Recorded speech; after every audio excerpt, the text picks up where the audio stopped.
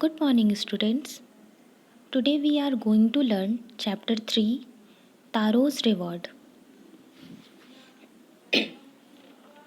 Before you read, this is a story about a thoughtful and loving son. He works hard to fulfill his parents' wishes and get some unexpected help. ये जो story है ये एक बहुत ही प्यारे और बहुत ही आदर्श एक बेटे के बारे में है जो बहुत कड़ी मेहनत करता है अपने पेरेंट्स के विशेस को पूरा करने के लिए और उसे कुछ अनएक्सपेक्टेड हेल्प मिलते हैं जिसके बारे में उसने सोचा नहीं था। कुछ उस तरह के हेल्प उसे मिलते हैं। तो अब हम इस चैप्टर को पढ़ेंगे।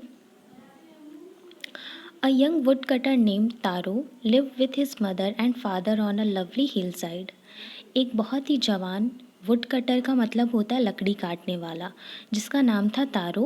वो अपने माँ और पिता के साथ पहाड़ी एरिया में रहता था, पहाड़ की साइड रहता था। All day long he chopped would in the forest. वो पूरे दिन, चॉप्ड का मतलब होता है किसी चीज़ को छोटे छोटे टुकड़ों में कट करना। तो वो क्या करता था कि वो लकड़ियों के टुकड़े, जो बड़े बड़े मोटे लकड़ी होते हैं उनके टुकड़े करता और वो वहीं जंगलों में ये काम अपना करते रहता। True he worked very hard. वो बहुत ही कड़ी मेहनत करता। ही अर्न वेरी लिटिल मनी। लेकिन वो बहुत कम पैसे कमा पाता था।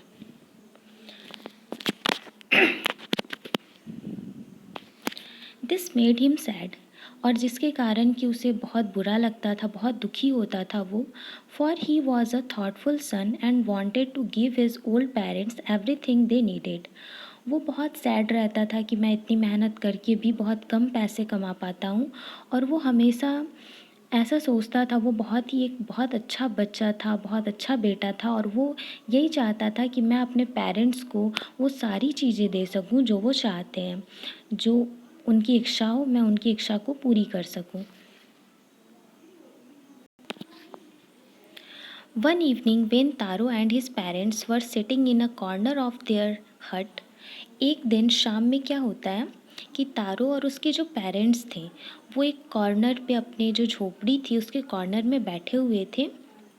A strong wind began to blow और एक तेज़ हवा बहना शुरू हो गई। It whistled through the cracks of the hut and everyone felt very cold। और वो जो है वो उनके झोपड़ी के अंदर हवा आ गई जिसके कारण कि सभी को बहुत ठंड लगने लगी। Suddenly Taro's father said. और अचानक से तारो के जो फादर थे उन्होंने कहा, I wish I had a cup of shake. काश मेरे पास अभी एक शेक का कप होता। शेक का मतलब होता है, ये जो शेक है वो पॉपुलर जापानीज़ ड्रिंक है जिसमें शे का मतलब होता है, शे प्रोनाउंस्ड लाइक FA मतलब फादर, और की का मतलब होता है जो कि राइम्स है वे का। तो ये जो होता है ये काफ़ी हॉट ड्रिंक होता है जो हमारे बॉडी को वार्म करता है। It would warm me and do my old heart good. और वो कहते हैं कि ये मुझे गर्म करता और मेरे दिल को भी थोड़ा अच्छा लगता, मुझे ठंडक मिलती, अच्छा लगता मुझे। This made Taro sadder than ever. और ये चीज़ जो है वो तारो को बहुत दुखी कर देता है। For the heart warming drink, दिल को गर्म करने वाला जो ड्रिंक है उसे शेक कहते हैं। Called shake was very expensive, जो कि बहुत महंगा होता है। तो अब तारो हमेशा यही सोचने लगता है कि अब मैं क्या ऐसा करूं कि मैं उस चीज़ को ला पाऊं। लेकिन फिर वो सोचता है कि मेरे पास तो इतने पैसे नहीं है जो मैं इतने एक्सपेंसिव शेक ला सकता हूं। How do I earn money, more money. और फिर वो सोचने लगता है कि आखिर मैं क्या करूं जिससे कि मैं ज़्यादा पैसे कमा पाऊं। ही आस्क्ड हिमसेल्फ, वो अपने आप से ये सारी बातें करता है। How do I get a little shake for my poor old father. फिर वो कहता है कि मैं कैसे अपने जो मेरे गरीब माँ बाप हैं या मेरे जो फादर हैं उनके लिए मैं कैसे थोड़ा भी शेक ला सकूं, किसी तरह ला सकूं। He decided to work harder than before. और फिर उसने डिसाइड किया कि मैं पहले से ज़्यादा हार्डवर्क करूँगा। नेक्स्ट मॉर्निंग, अगली सुबह क्या होती है, Taro jumped out of the bed earlier than usual and made his way to the forest. वो जल्दी से जग गया और फिर वो जैसे वो हमेशा जाता था उससे वो बहुत पहले जग गया और जंगल में चला जाता है। ही chopped and cut.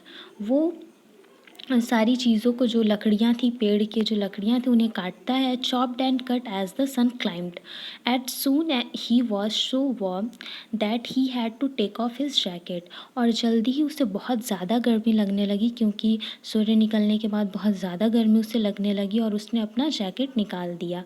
His mouth was dry, उसका जो माउथ था वो ड्राई हो चुका था।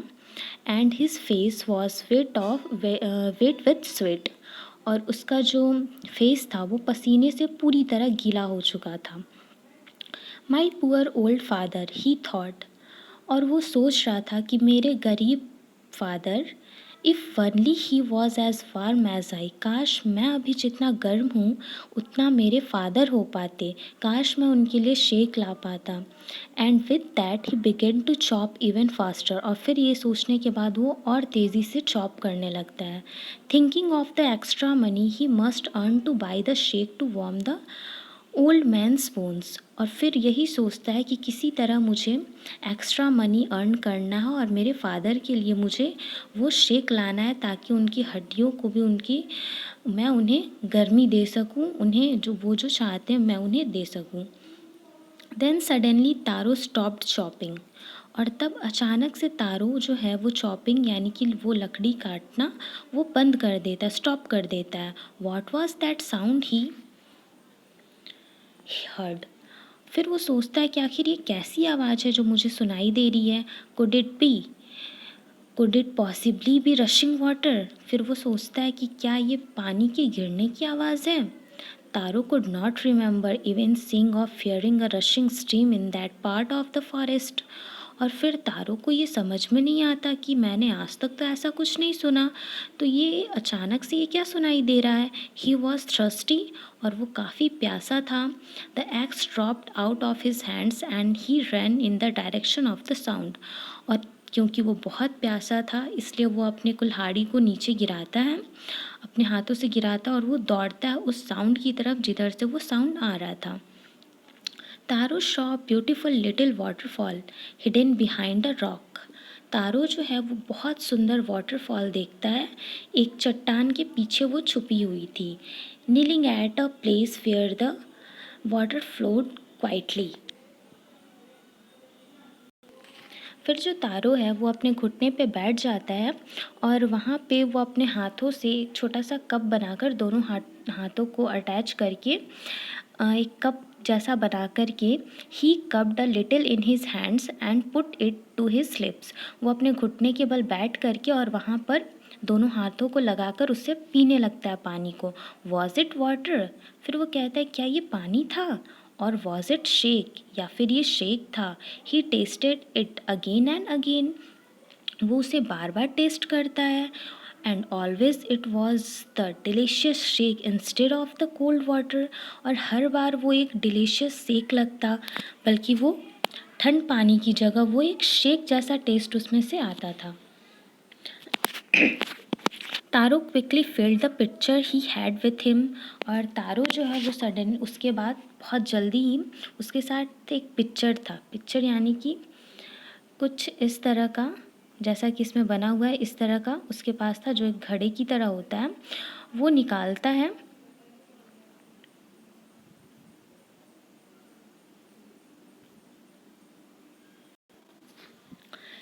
एंड हरिड होम, और वो जल्दी से उसमें वो जो पिक्चर था उसके साथ उसमें उस पानी को रख करके और जल्दी से दौड़ते हुए वो घर पहुंचता है। The old man was dilated with the shake after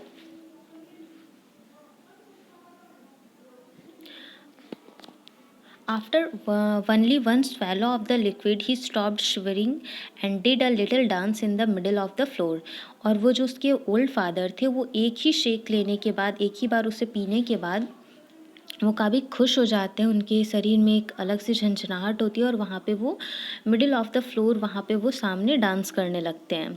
that afternoon neighbour stop by for a visit, और तभी क्या होता है कि उसी आफ्टरनून यानी कि दोपहर में एक नेबर था जो कि पड़ोसी, वो उसके घर पे आती है विज़िट करने के लिए। Taro's father politely offered her a cup of the shake, और तारो के जो फादर थे वो काफ़ी विनम्रता से उसे शेक के लिए ऑफ़र करते हैं। The lady drank it ग्रेडली।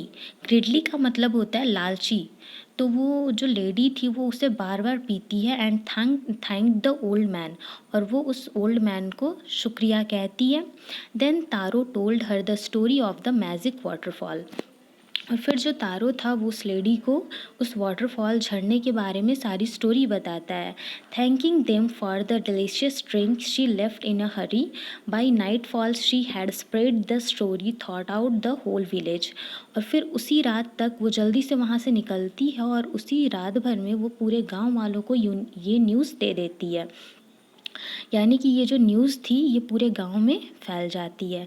That evening there was a long procession of visitors to the woodcutter's house. और फिर उसी शाम क्या होता है कि बहुत एक लंबी कतार लग जाती है लोगों की उसके घर के पास। Each man heard the story of the waterfall. और हर एक मैन जो था वहाँ पे उन सब ने उस स्टोरी को सुना था।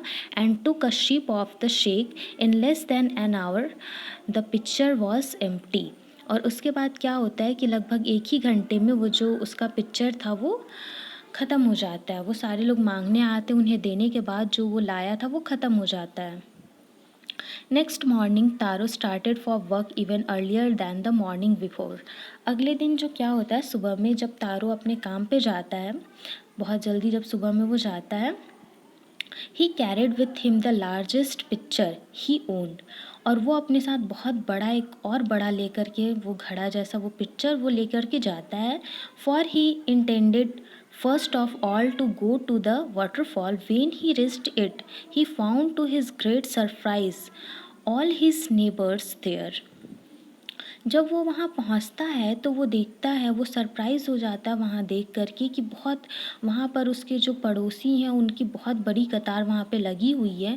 दे were carrying pitchers jars buckets. और वो अपने साथ पिक्चर जार्स उनके पास जो भी था वो लेकर के वहाँ गए हुए थे। Anything they could find to hold the magic shake. Then one villager knelt and held his mouth under the waterfall to drink. तभी एक जो आदमी था वो घुटने के बल बैठता है और उस पानी को पीता है। He drank again and again. वो बार बार उस पानी को पीता है and then shouted angrily, water, nothing but water. Other also tried but there was no shake, only cold water. और वो गुस्से में कहता है कि ये तो केवल पानी है, पानी के अलावा यहाँ कुछ भी नहीं है।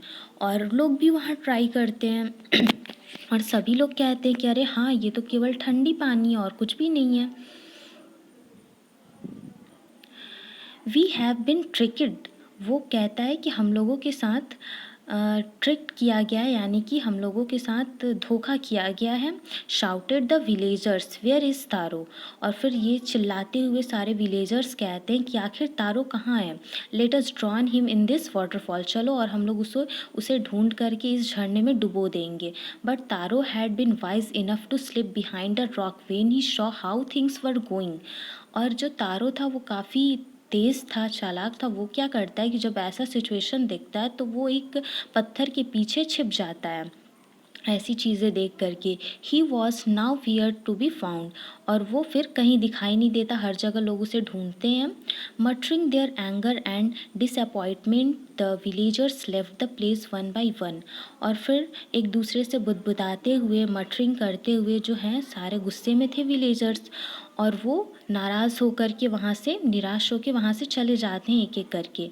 तारो came out from his hiding place. और फिर जो है तारो जहाँ छुपा था वो वहाँ से निकलता है।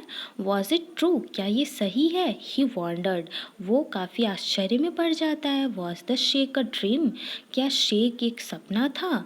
Once more he caught a little liquid in his hand and put it to his lips. और फिर एक बार वो वहाँ जाता है और उस लिक्विड को अपने लिप्स में टच करता है, यानी कि वो पीता है उसे।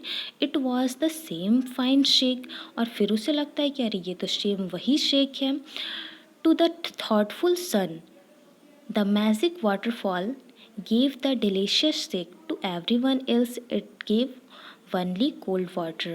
एक बहुत ही सच्चे और ईमानदार बच्चे के लिए, यानी कि बेटे के लिए, वो जो झरना था वो एक जादुई झरना था जो केवल तारो को ही शेक देता, बाकी लोगों को वो केवल कोल्ड वाटर देता था। द स्टोरी ऑफ तारो, और ये जो स्टोरी थी तारो की and his magic waterfall reached the emperor of Japan, और ये स्टोरी जो है जादुई झरने की वो जापान के राजा के पास पहुंच गई। He sent for the young wood cutter and rewarded him with 20 pieces of gold. वो जो जवान जो वुड कटर था उसके लिए कुछ उससे रिवॉर्ड करते हैं, जिसमें कि 20 पीसेज ऑफ गोल्ड थे, उसे सम्मान देते हैं for having been so good and kind, जो वो बहुत अच्छा था और बहुत दयालु था इसके लिए। Then he named the most beautiful fountain in the city after Taro, और फिर एक झरने की तरह ही होता है फाउंटेन, जो कि पानी ऊपर जाता है और फिर नीचे झरने की तरह गिरता है। उस तरह का जो फाउंटेन था जो बहुत खूबसूरत था, वहाँ का सबसे खूबसूरत फाउंटेन, उसका नाम तारो के नाम पर रखा जाता है। दिस सेड द एम्परर, और फिर जो एम्परर है वो कहते हैं ये जो काम उन्होंने किया था वो इसलिए किया था, was to encourage all childrens to honour and obey their parents, ताकि जितने भी बच्चे हैं वो इसी तरह अपने पेरेंट्स का सम्मान करें, ऑनर करें और ओबे देयर पेरेंट्स, यानी कि वो अपने पेरेंट्स की का सम्मान करे और उनकी आज्ञा का पालन करे, ताकि उनके साथ भी जो भी चीज़ें होंगी वो भी बहुत अच्छी हों। इसलिए जो जापानीज़ जो एम्परर थे उन्होंने उन्हें रिवॉर्ड दिया, ताकि आगे अगली पीढ़ी में जितने भी लोग हैं वो भी उसी की तरह बने। Thank you.